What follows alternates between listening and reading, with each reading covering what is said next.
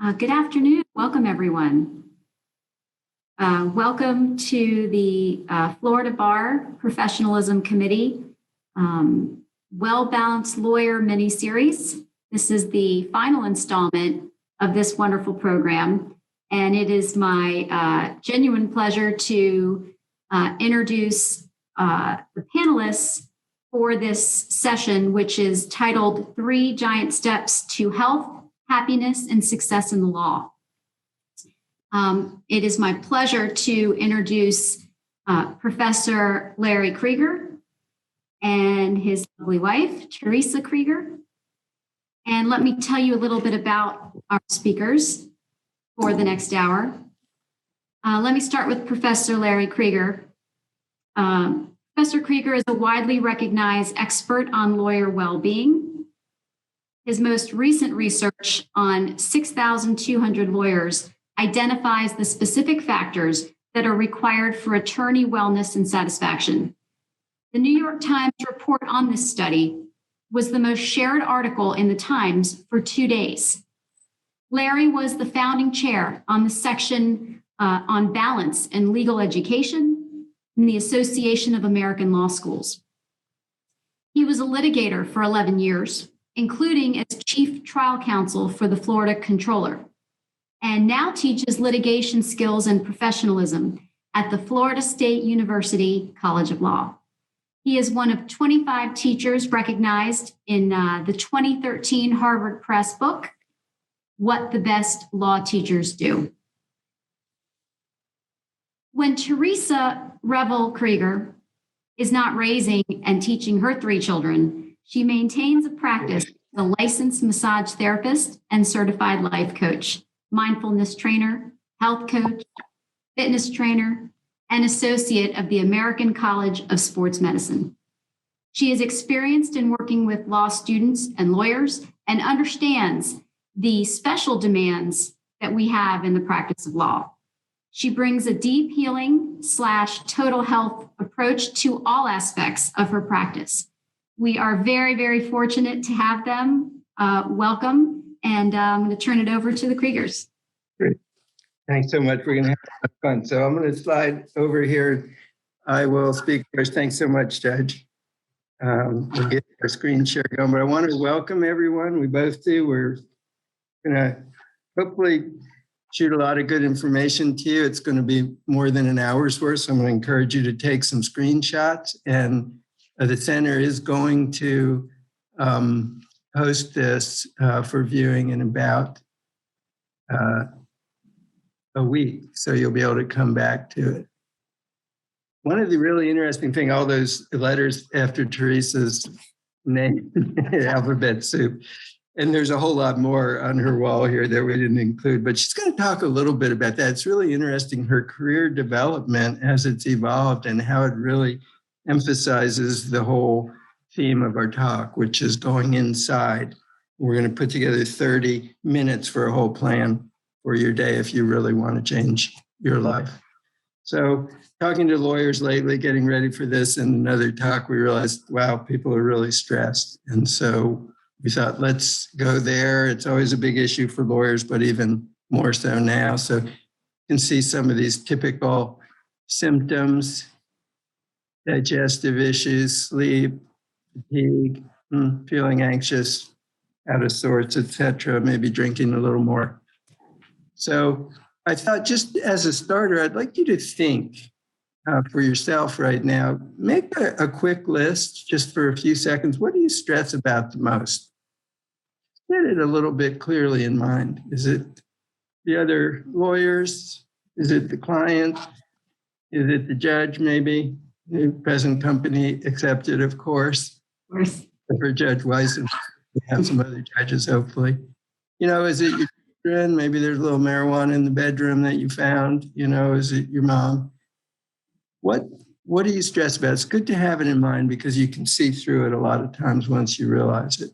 There's going to be usually some fear there, and then ask yourself, is it helping? A lot of times stress just becomes a bad habit. So our focus here is on inside balance. It's the well-balanced lawyer.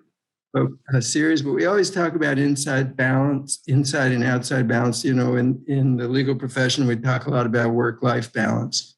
This is really a deeper approach because if your work is all out here and your life is all out here, you're going to burn out inside and become depleted. And so we need to go inside. And it's good to realize even when we talk about your life, you know, how's your life going? Actually, people say, oh, it's going fine. I just won my case, or I got a good payout on a settlement or whatever. That's actually your life events. That's your life circumstances. Your life is inside. And this is one of the emphasis points for going inside. We're going to find our life, and we're going to start today.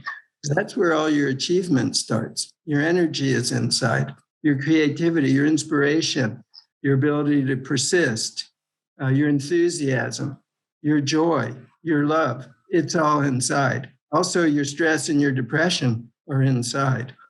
And so we're going to go there for the fix. So first step, change your mind. I did a little 25-cent informal survey of law students recently, which confirmed what I thought, that basically we lawyers have a belief that, you know, our profession is stressful. We talk about it all the time. And students actually come before law school, they're already believing it's going to be stressful. That's the glasses they're putting on. Wow, it's going to be stressful, overworked, blah, blah, blah. So that's our expectation. That's how we view the world. That's how we explain what's going on. And of course, that's what we see. Theresa's going to talk later about change your glasses, change your filter. But I'm saying right now, first step is to be willing to drop the idea that what's defining my life as a lawyer or a judge, etc., is stress. There's other ways to look at life. Very important, the next item here, it's actually impossible to feel stressed and happy at the same time. Everybody comes to law school expecting to be stressed. I tested it. 70% of the people, when I asked them, if you could go back to just before you started law school, give me one or two words that would describe law school for you. And they said stress and overwork or anxiety. Okay? And I asked them, what do you think, one or two words for practicing law? Same thing.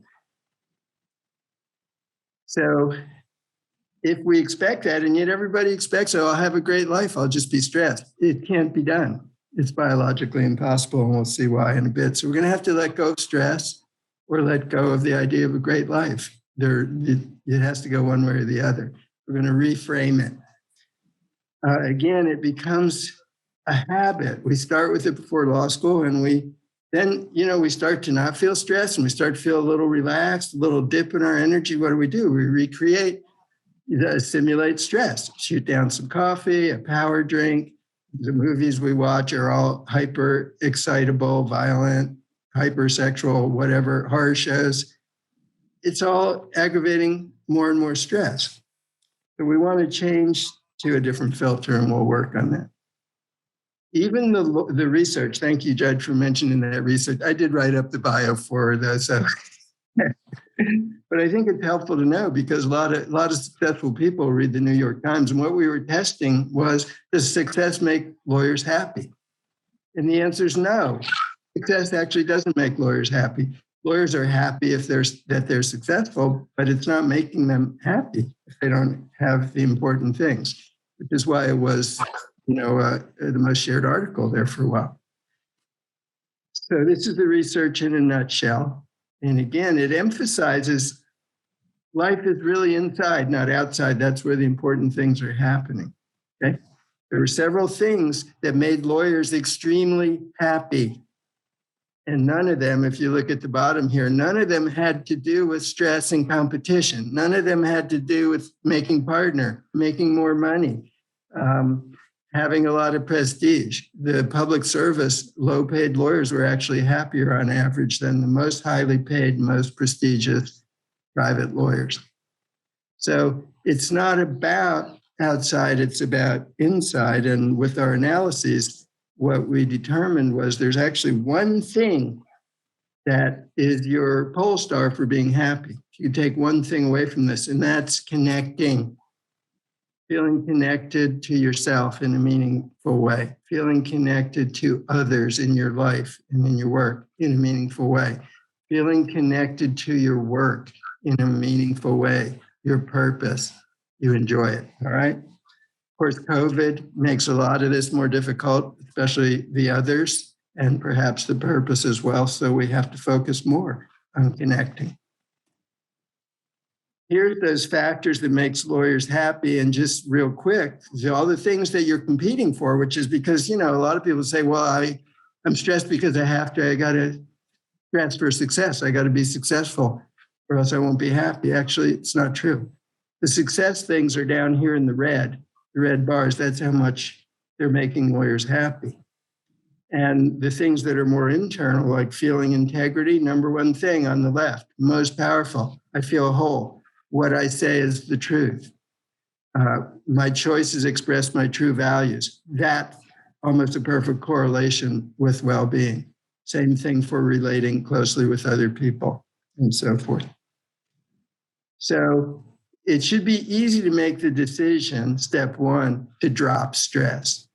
You may say that's impossible, but it's not. It's only impossible if you don't drop it. And so it's bad for us. It blocks our happiness.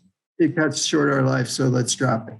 Okay, how to do it. So the second step is to go from stressful to mindful. Stressful to mindful, then we're going to go mindful to joyful. All right. So let's go in this order. Do a little biology first, then we'll do it. And so but this will tell you what you're doing. When I was saying your life is actually inside, not outside, that this out here is your life choices and your life events and your life circumstances and your life occurrences and all that, but your life is in here. You've got about 37 trillion cells. That's count they have now. They're all full of life, right? When you're asleep and you're not thinking at all, your life is going great, right? You're healing, you're restoring. People wake up feeling better than they went to sleep and they didn't have to think or try at all. As a matter of fact, they needed to stop thinking, okay? The only exception to that if you have sleep problems. If you go to bed and the last thing you were doing before bed is checking your screen and seeing what about discovery and that depot and resetting this and that and all that nonsense last thing before bed, and your mind is in that stress mode, then you're sleeping poorly. Okay? So people are going to be willing to drop that stress habit. The 37 trillion cells are alternating between two states based on your autonomic nervous system, a state of health and restoration, healing, balance, rejuvenation, and a state of stress or negativity. The vagus nerve, which I'll show you a picture of in a minute, regulates the health and happiness mode, the parasympathetic nervous system. And the more you can stimulate your vagus nerve, the less stress you will experience. Fortunately, as you see here on the screen, we have a natural system for stimulating the vagus nerve. Five of your compatriots in the judicial circuit to see someone say that you've acted unprofessionally. So I don't know if we can mute everybody, Jonathan. Coming through here. Your conscious breathing actually stimulates your vagus nerve and your parasympathetic nervous system and calms you down. So here's the vagus nerve in gold. It comes right out of the brain and goes to all your important organs, all of the systems. And again, it regulates your blood pressure and your heart rate and all these things and takes you out of the stress response when you breathe. So we're going to try our first little practice here. I would encourage you to take a snapshot of this. You'll be able to revisit this in a week on the center website, but you may not think of it in a week. So take a snapshot of this. You can come back to it. So we're going to make a decision. Remember our first decision, we're going to drop stress. So we're going to do it now for a minute. Just going to drop it. So we're going to choose to pause, and this is something you'll be able to do at work all through the day. Make a choice. I want you to shift your posture a little bit. You could stand up, sit up a little taller if you like, open up, relax. And then we're going to get used to using our breath, stimulate that parasympathetic nervous system. So start some open, slow, easy breathing for yourself, whatever is comfortable for you right now. But in, out, in, out at your own pace. Notice you can do this at your desk with your eyes open. Nobody will even know. You can close your eyes also if you like, doesn't matter.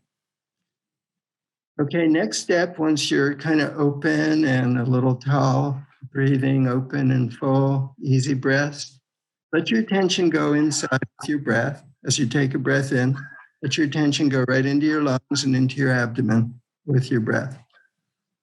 And notice how you feel. Just keep breathing openly and notice how you feel for a few seconds.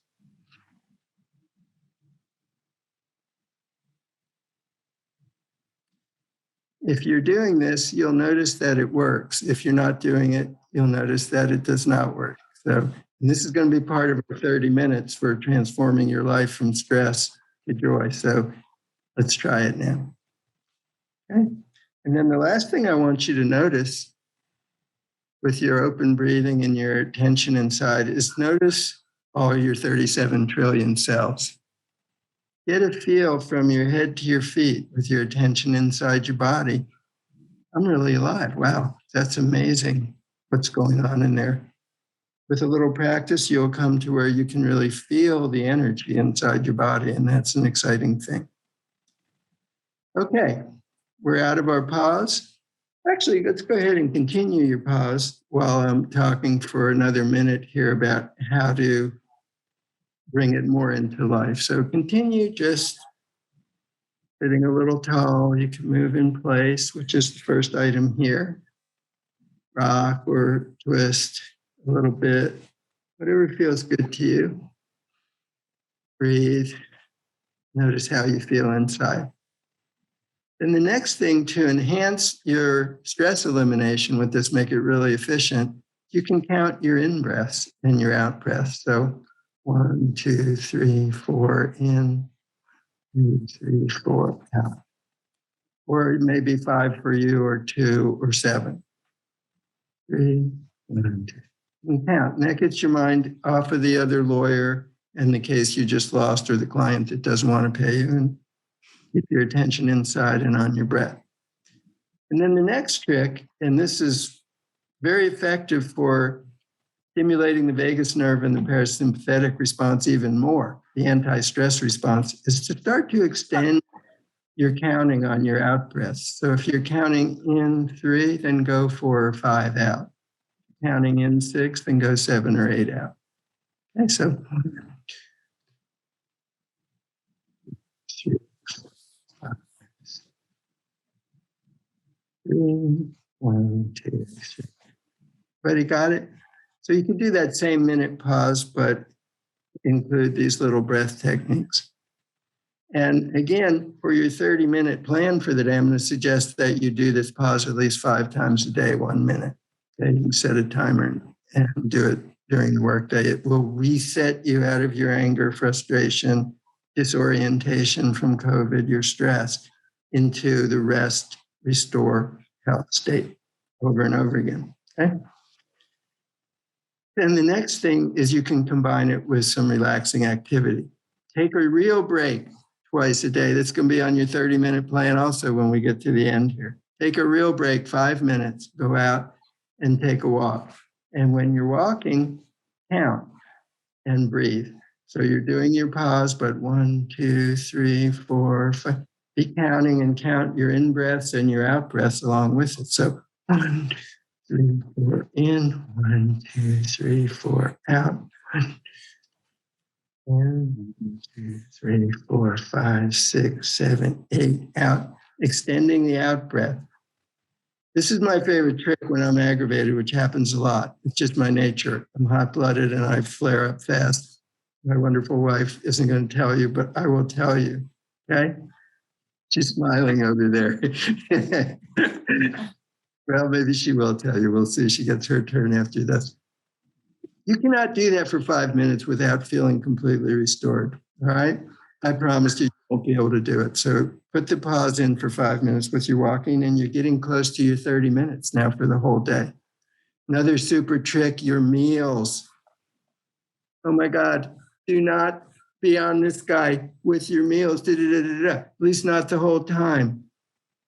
I'm looking at Judge Weiss's face like she's thinking, do I do that? I'm not so sure. Don't do it, okay? Take a break.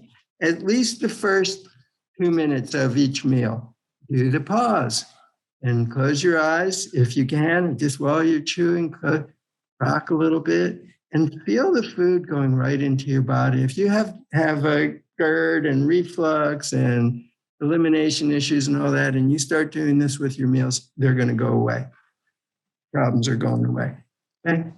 So that's how to go from stressful to mindful in a nutshell. Theresa's going to give you some more on that for sure. Now from mindful to joyful.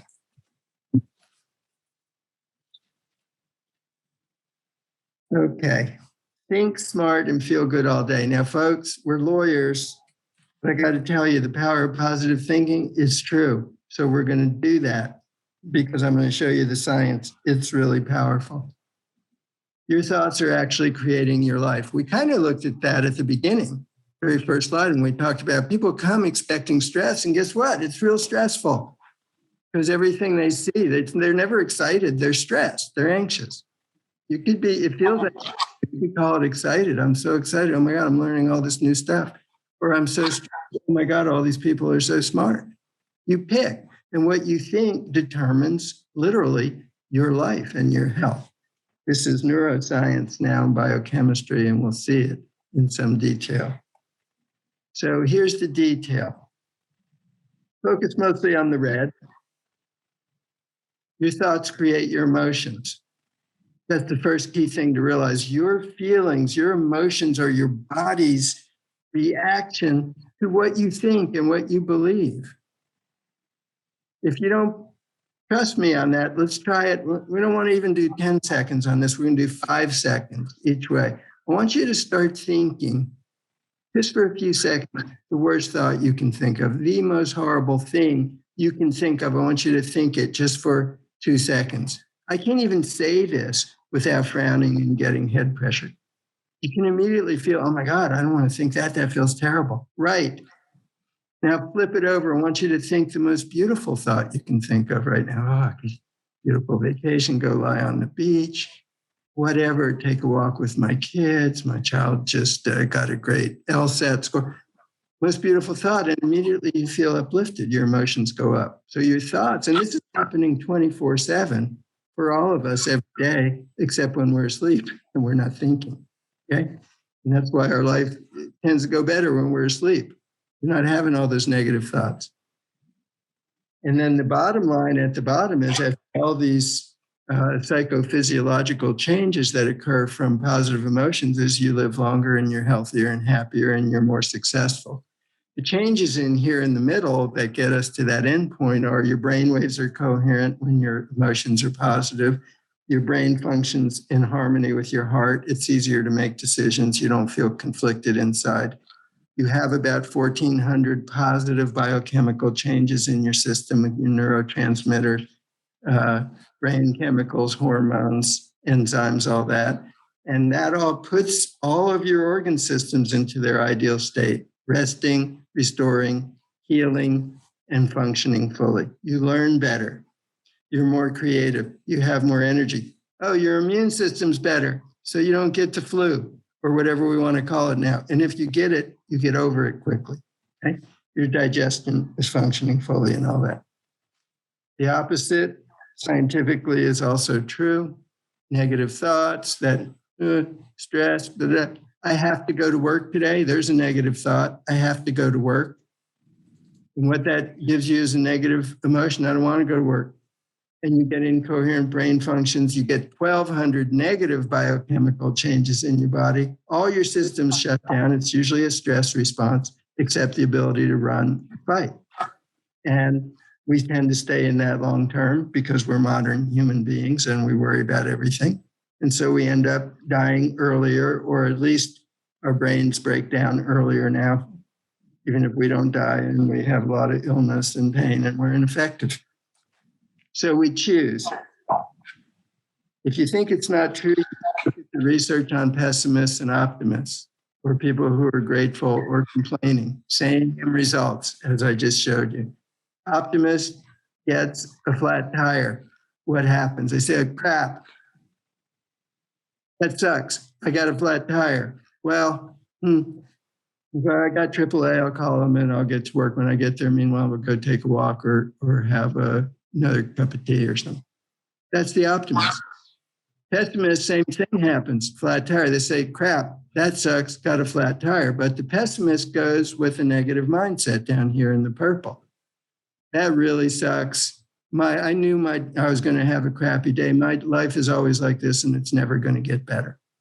Okay. And that person lives much less long. They're much less happy, much less healthy. Their relationships break down and they make less money too. A lot of research on this. Okay. Positive mindset, negative mindset. So you've got to watch your thoughts. And the way you watch them is, because we can't watch our thoughts. We have how many millions of them a day? I don't know. Theresa knows at American College of Sports Medicine training. But you can notice how you feel, okay? Which is what we were practicing before. And that will tell you the quality of your thoughts.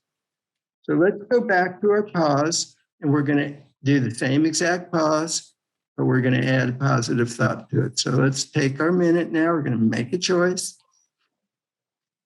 I'm going to take a break. To hell with it. Taking a break. This will be great. Shift your posture. Accentuate. I'm taking a break. Rock from side to side or stretch up a little bit. Stretch your arms out. Massage your eyes, whatever you want to do that feels good. Start that open, easy breathing and keep it going. Open, comfortable, easy. Do it. I want this to be a semi-habit by the time I finish in 3 minutes. Let your attention go inside. Feel your breath inside. Notice how you feel.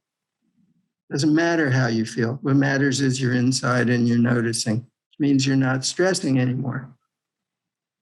And then be aware of your life in there. 37 trillion cells doing their very best. If you can just be positive about it, they're going to carry you where you need to go.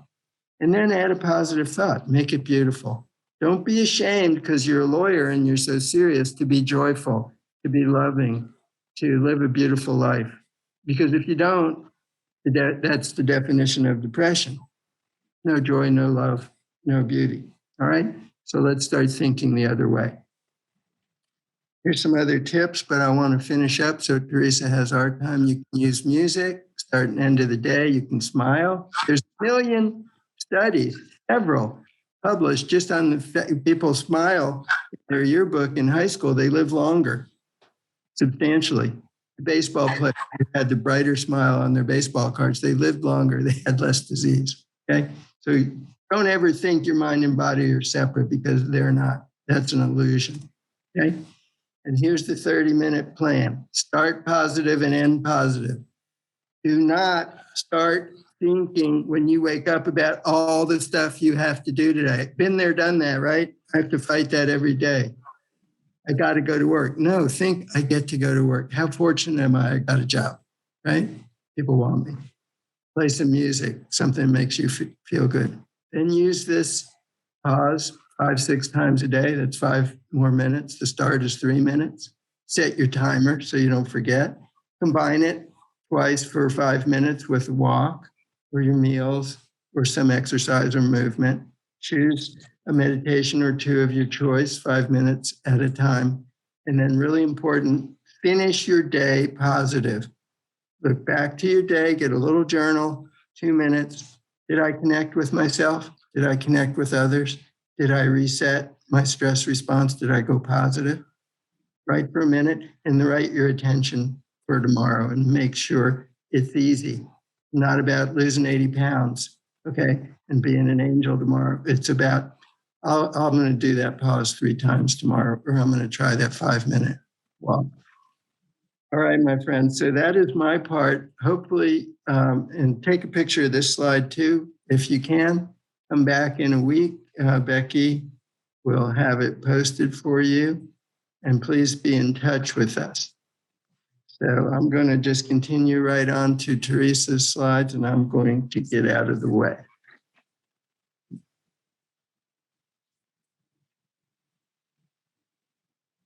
Yay. Thank you, honey. That was great. Loved it. It's so awesome to be here. When Larry told me about this talk, I said, sounds interesting. He said, you want to do it with me? I go, what is it about again? Stress? Oh, yeah, man, I'm there for sure. My life's journey, the last 23 years, has been how can I help people mostly live a happy, healthy life? And I started out with in the health field, and I decided I wanted to be a doctor first. And I got my degree in biology so I can go to med school. And I didn't like, there was too much symptom, attention on the symptom, and I really wanted to go deeper. So I decided I wanted to do hands-on work. And then I went and became a massage therapist. I started doing hands-on work with massage with people's bodies and realized very quickly that the problem was movement. We need more movement. And that seemed to be work sometimes, work not all the time. I kept going deeper and deeper and deeper, looking for what's the cause behind this, and what's the cause behind this, and what's the cause behind this. And I soon discovered that if I wanted to help people feel healthier and have more fulfilling lives, then we had to address the mind, because a distressed mind is a distressed body. And the mind will always show up in the body. There's no hiding it. The body is so accurate. So like when I'm working on people and they come in, I go, how's it going? They go, great. I go, okay, let's see. They're not great. They're like, wow, I didn't know. And so, it's really good to get to know the body, to get to know the mind, to get to know. And so that's what we're going to do here. So the slides I'm going to share with you, it's a culmination of 23 years of work. These are all based on experience. These are not theory. This is not something I got out of a book. It's hands-on work, deep hands-on work that I've worked with people. And thank you to my clients who shared their lives with me. They've kind of pushed me. They've pushed me because healing wasn't happening. Well, what's the problem? What's going on? And so they sort of pushed me into going into life coaching, going into health coaching and the mindfulness. And guess what happens when we go deep that way? What happens? Healing, health, a whole new life occurs. Everything gets aligned, everything in proper alignment. And so that's what we're going for here. So out of all the people, different ages, different backgrounds, different philosophies, different religious beliefs, different jobs, here's where the overwhelming problems, if you go back to the cause, because that's what we want to do, we want to follow it to the main cause. So we have basically 4. We have feelings of negativity, feelings of being overwhelmed, feelings of being powerless, and feelings of being inadequate. And then I want to quickly go through the door into those solutions. So we're going to go into this. The first one is the solution of feeling negative. When we have a feeling of being negative, that is something to look at. That is not something to push aside. That's something that deserves a closer look. Why am I feeling negative? So we have to look at what kind of lens we are looking through, because we are always looking through some lens. The way you see the world is not going to be the way I see the world. My twin brother, who is here, doesn't see the world any way I see the world. And so it really does, we really have to look at it. And it's always our choice. Here's the great news. It's always our choice what lens that we're going to look through, and how we see ourselves. It depends on no one else but ourselves. And then when we look, we go, yeah, I'm looking through this lens, doesn't look that pretty. It's causing me some stress, some grief. Then we can say, well, that perception doesn't work. Let me find one that does. So we ask ourselves, does this help me or is this hindering me from being the best version of me? So that's the first step, right? Now everyone knows happiness, that comes from inside. Everything comes from, it's so beautiful, but all the crap comes from inside too. All your doubt, all your discouragement, it's not coming from anybody else. Now you might be reacting to something outside of yourself, but when we have resentment, that's a reaction we're having. We don't have to have it, but we have it. That's the reaction that we've had. Now, it might be that that's a pattern that's been set, and you have, I'm sure, justification. There's always justification. Well, he did this, and then this happened. He did this and this to me. So we want to let go of that because it doesn't serve. It's so easy to do. It's so easy to do. So all of the good stuff comes from within. So if we want the good stuff, we go there. And if the crap, if some of the other stuff surfaces that we don't like, we can't look out there either. We have to look in here. This quote, I love this quote. It goes back to something Larry had said. So Larry says there are so many thoughts that we think, and the neurobiologists say we think the average person thinks about 50 thoughts a minute. So if we're thinking 50 thoughts a minute, and there's a cat there, we can handle that. If we are fitting those 50 thoughts we're using with negative thoughts, then what you put in is what you get out. So if we go, well, let's say I can only think 50 thoughts a minute, but if I fill it up with the good stuff, there won't be any room. And that's why I like that quote there. That's a great quote. So let's say we experience something that isn't pleasant, just isn't nice. It isn't good, that I don't see any goodness in it. There's a trick. The trick is to find the gold nugget. There's going to be an insight, because if you've had a negative experience, there was something that triggered within you. It may not trigger someone else. So it's not like, oh, well, because of A, then B must occur. It's A happened, I chose B as a reaction. And so with every experience that we have, we can say, well, that sucked, but what am I going to learn from it? What am I going to take from it? How am I going to be a better person because of it? How am I going to use that experience to launch me off into the direction that I want to go? I have to know what direction I'm going to go, and I'm going to choose the perspective that suits me, that serves me. And there's always going to be a choice. And so where we put our attention is what matters most. There's going to be good news and bad news.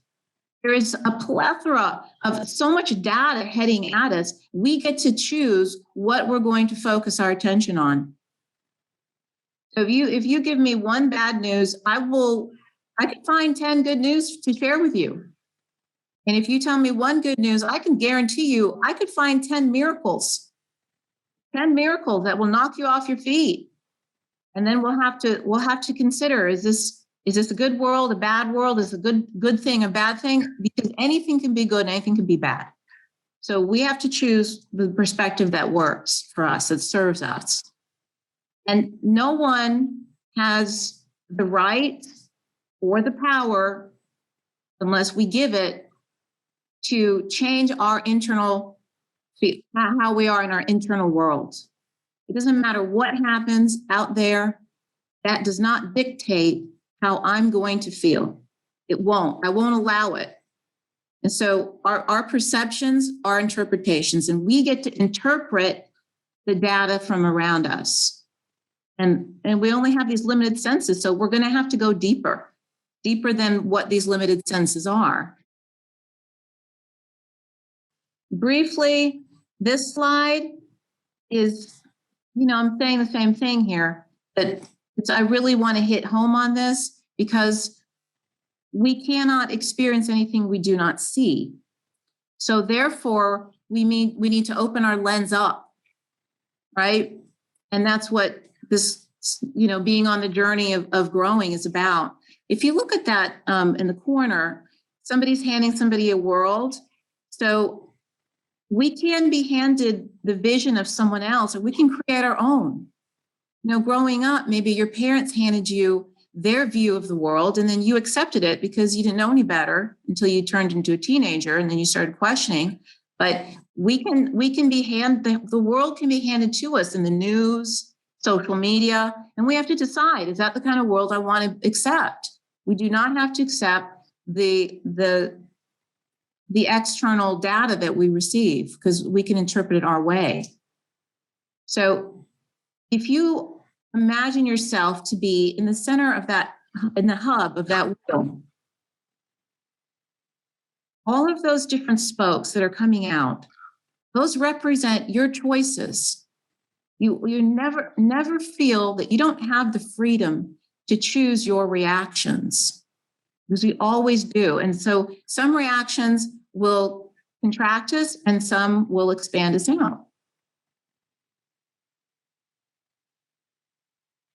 That was solution 1. I'm going to solution 2 now. If you're feeling overwhelmed, when we feel overwhelmed, I want you to think, if I'm feeling overwhelmed, I am eating way too much of that cookie than I can. I'm overwhelming myself. I'm trying to do too much at one time. So if we train our brain and we remind ourselves, I do one thing at a time.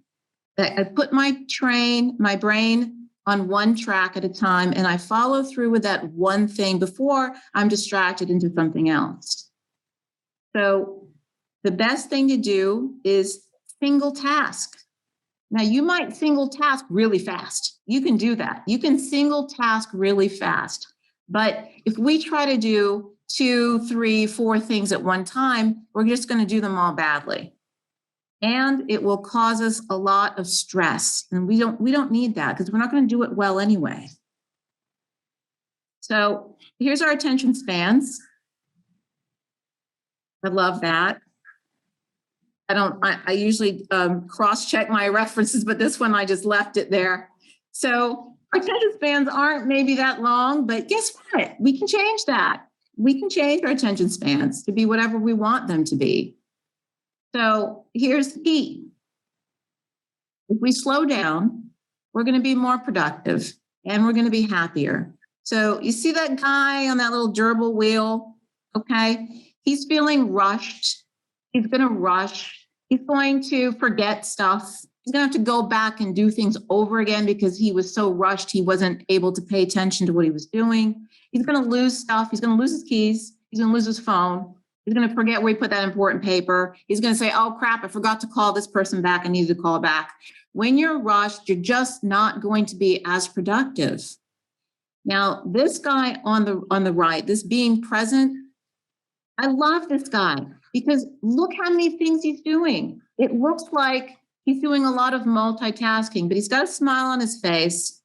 And I'm going to interpret the picture for you as he's doing one thing well, and then he moves on to the next thing, and he does that well because that's all he does. Then he moves on to the next thing, he does that well. So that's why he looks like he has all those hands. But I want you to imagine that. I want you to imagine staying on one track, and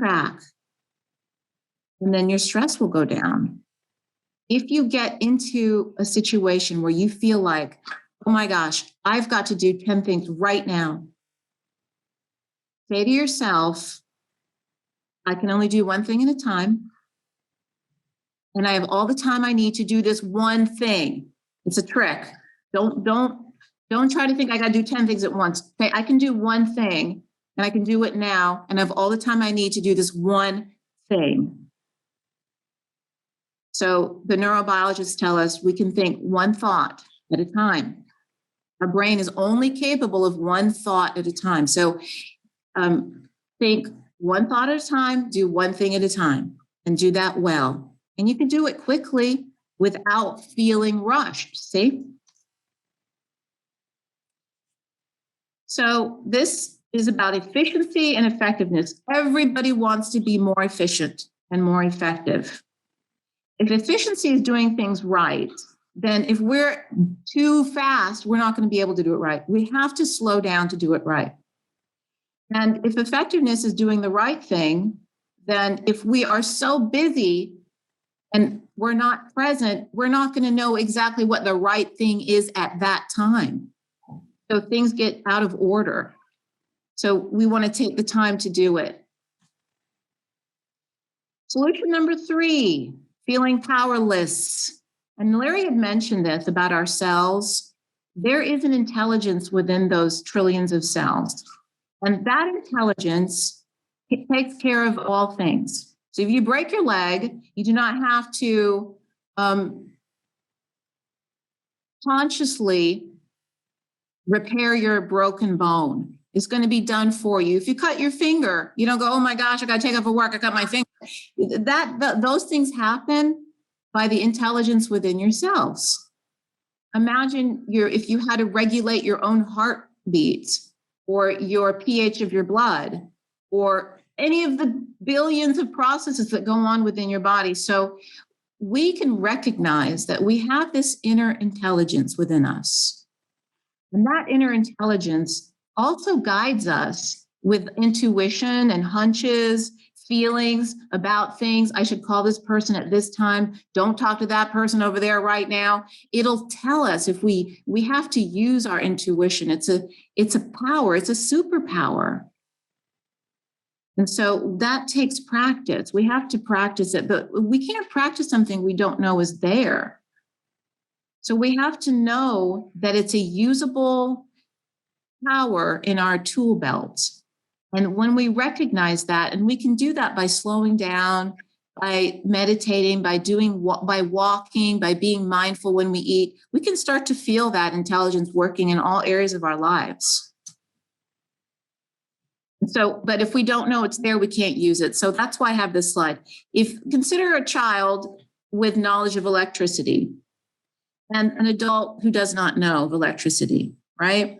Who's going to be more powerful in that aspect? Who's going to be more powerful? The kid who can plug in whatever machine into the plug because he knows it. He knows how to use it. He knows it's there.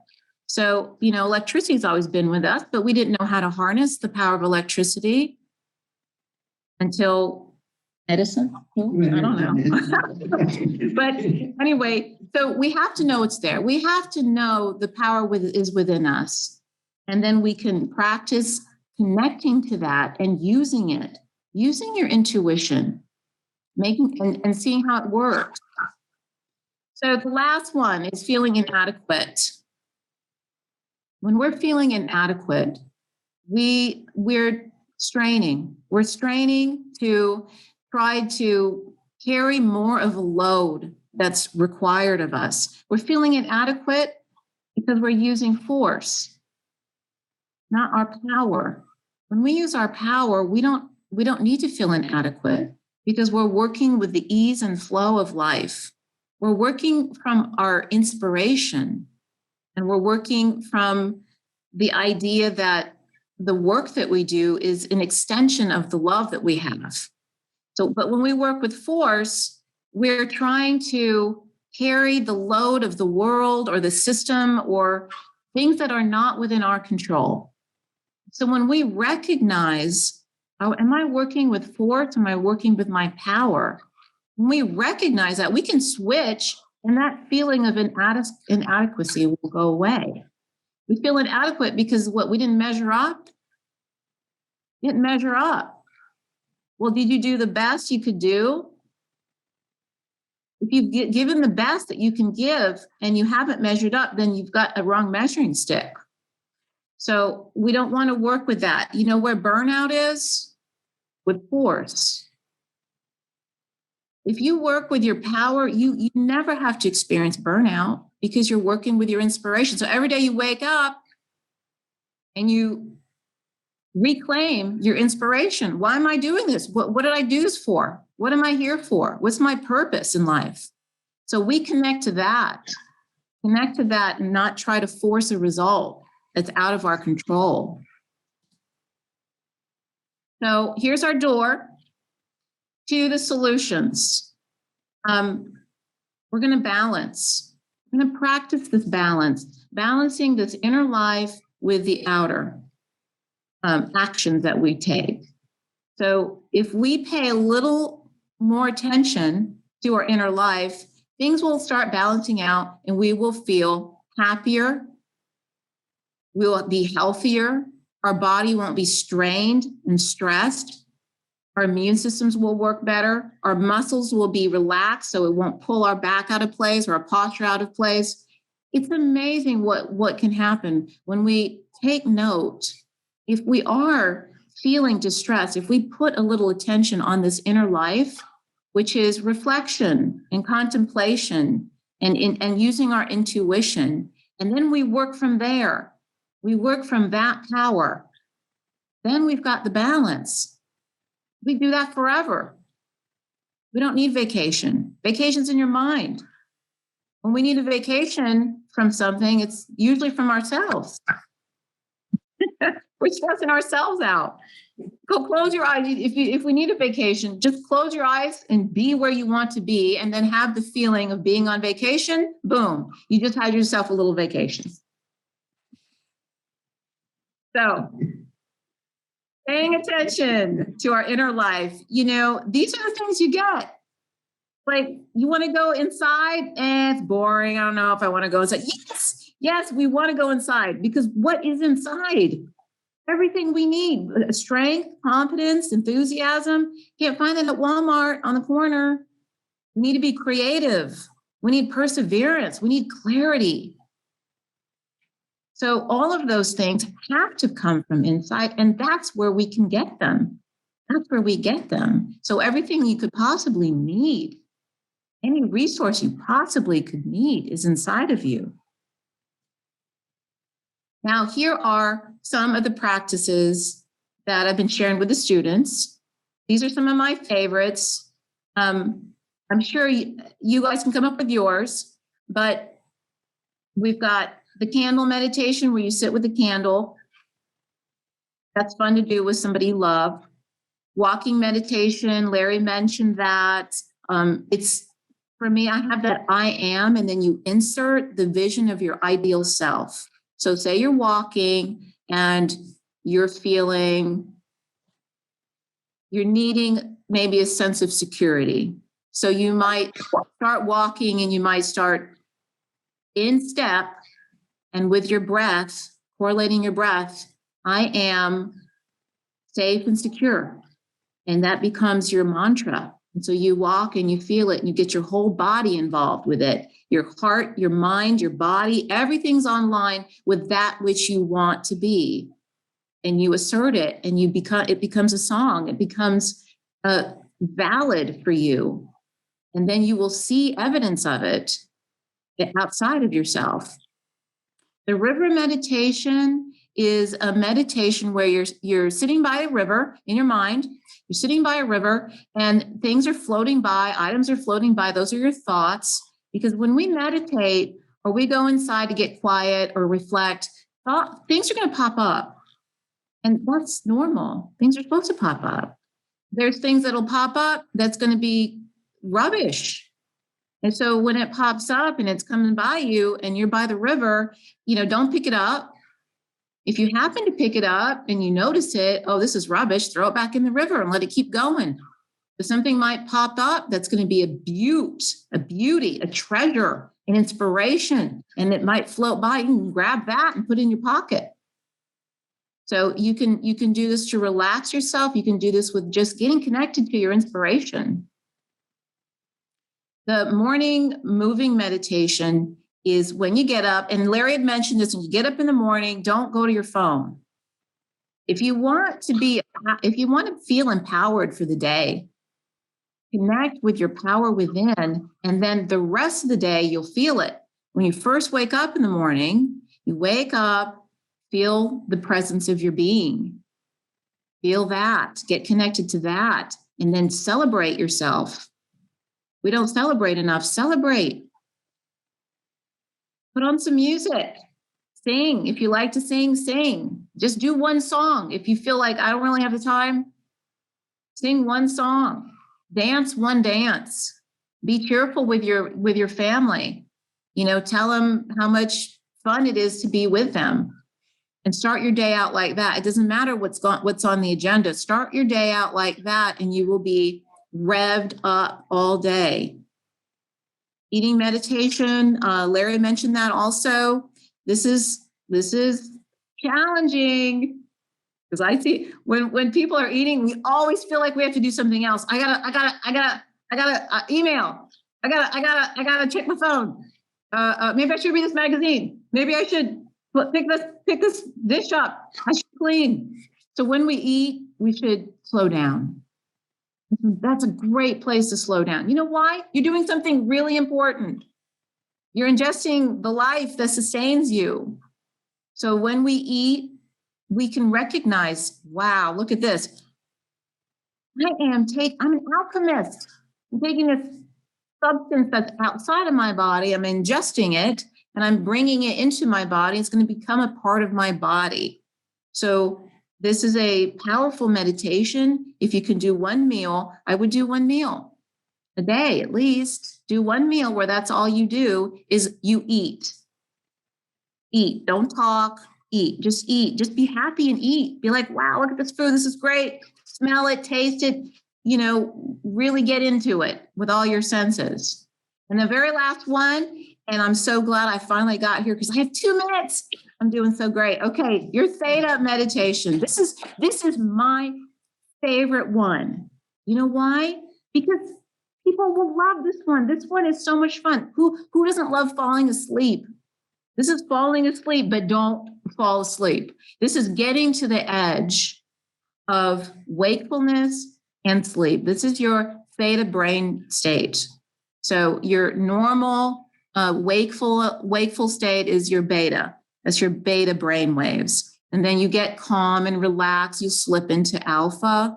And then you get even calmer and more relaxed, like you're about to fall asleep. Now you've entered the theta state. So that theta is you are super connected. This is super connected. You got 1 foot in consciousness, you got 1 foot in subconscious. So you can work with this, your inspiration, your everything is going to be right here. You're going to connect, you're going to feel your being, all your problems, you're because your 1 foot is here and your 1 foot's there, you're going to forget. Your problems are going to go in the back where they belong for the moment because you're trying to fall asleep. But linger in this place, just linger there. Restoration occurs right there. Rejuvenation occurs right there. Revitalization occurs right there. Now, during the day, if I'm having a moment where I'm normally very high energy, which maybe you could tell, I'm very high energy, go, go, go, go, and I'm loving life. There are moments where I slip into quiet. There's moments where I slip into maybe, I'm feeling a little, I would say tired, but it's not tired. I'm slipping into restore mode. So when you guys are feeling tired, don't say I'm tired. Don't say that. Wrong message to give your body. Say, I'm slipping into restore mode. And there you go. You can slip into theta. You can slip into theta for that. Don't do it while you're driving. But, if you're sitting at your desk, you can slip into theta and start focusing on your breathing and do what Larry says, do this. Do this. It'll keep you awake. It'll keep you from falling asleep. But you will feel, if you do that for 10 minutes, you're going to feel like you just took an hour nap. It's high-powered restoration right there. It's theta meditation. You're calming your nervous system. And that rocking motion, it's like when you rock a baby to sleep, you're rocking yourself into that switch from stress to relaxation, stress to replenish, from stress to restore. So those movements are really important. And, as somebody who does body work on people are too Yeah. So any kind of movement you can make. I mean, if you're standing in line at the grocery store, man, you can see me doing this. I'll do core rotations, you know, do it. Who cares what you look like? Do it for your body. Do it because you love yourself and you love life. So, all right, we're going to sum it up. Feeling negative, evaluate your lens. Change your lens. Evaluate if it's not working, change it. Feeling overwhelmed, slow down. Slow it down. Slow it down even further. Slow it down even further. Feeling powerless, then plug in. Plug into those resources. They're always there. They don't go away. That's your gift for being alive, are those inner resources. If you're feeling inadequate, then you're probably forcing something, or you're taking on too much. Use power. Use your power instead of force. And the door, you've got it with you. You can't lose it. It's always yours. That door is the door into your inner life. So we pay more attention to that. We just be happier all the way around. So thank you. I am only 3 minutes late. That's my thank you dance. Boom, boom, boom, boom, boom. Okay. So to the Kriegers, a huge thank you to them for enriching all of us. Are there any questions at all? And while we're waiting to see if we have any, I believe this is a 1 hour CLE. I'll be corrected if I'm wrong. When I got together with Theresa several years ago, and I was telling a friend about her, he said, "It sounds like you're living with a volcano."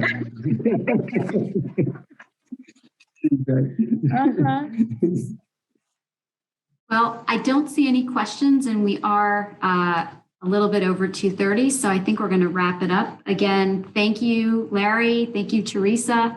On behalf of all of us, thank you for this presentation.